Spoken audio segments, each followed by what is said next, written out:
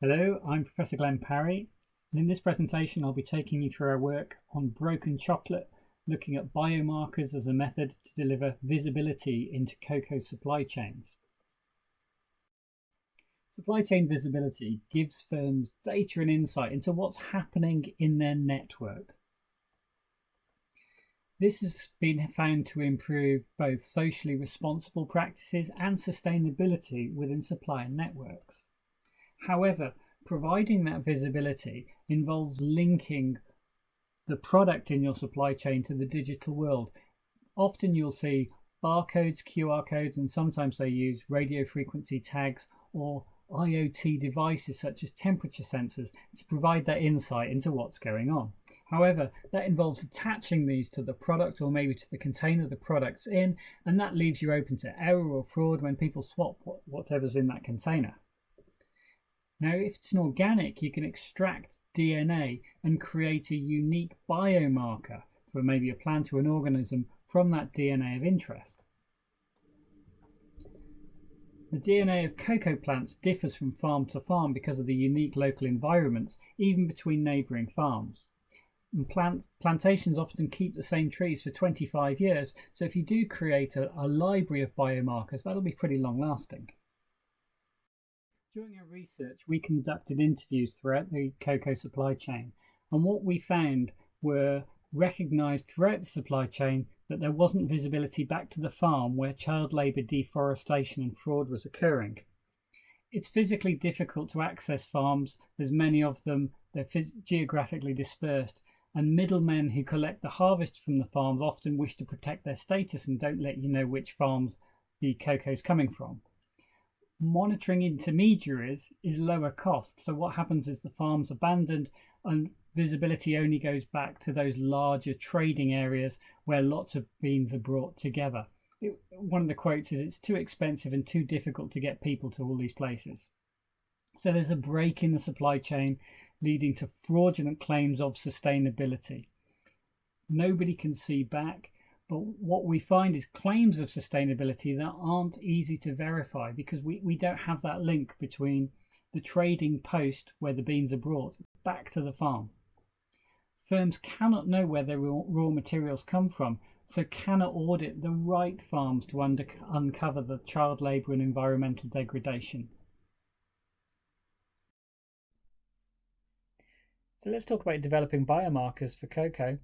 Two were developed, one from the trees and one from a bacteria for the fermentation site that provides this unique marker that's unique to that particular location. The bacterial biomarkers appear year on year in the same locations, so you do have longitudinal visibility of the fermentation locations. We created a small database to audit samples against. A future global database may even be held by these certification bodies, and it could utilize maybe a blockchain system to help facilitate trust.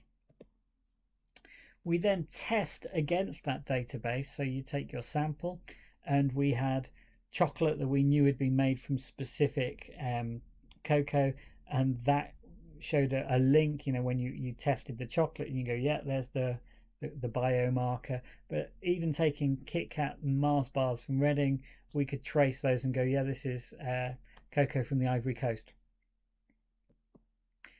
Assessing a mixed bag of cocoa beans using the novel sequencing approach used here took 2 weeks and it cost less than £5 per sample. That's against traditional methods that could take months and cost £40 per sample, so the method employed and developed here, much cheaper, much quicker.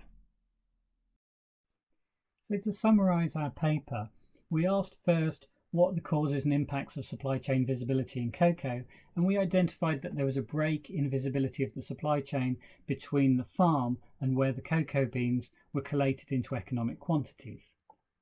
How can biomarkers help? Well, biomarkers, we demonstrate, allow you to track from the retailer all the way back to the particular farm where that bean was grown, and that bridges the gap. But you've still got to go back and do an audit of that farm. So work shows the importance of visibility and the consequences of failed visibility.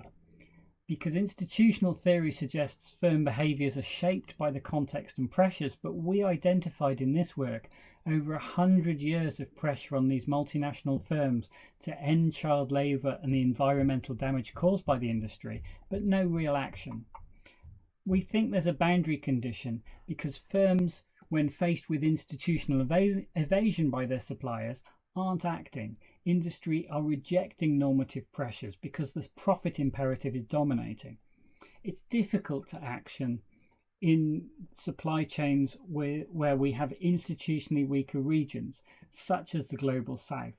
We also see that the multi-stakeholder initiatives such as Fair Trade and others that certify that firms are free from abuses actually had very little credibility with the very firms who are getting the certifications and using the logos. This is a very troubling industry. It wasn't the sort of research we set out to do because really we were just looking at this visibility gap, but it ended up with quite an interesting and insightful paper, I hope.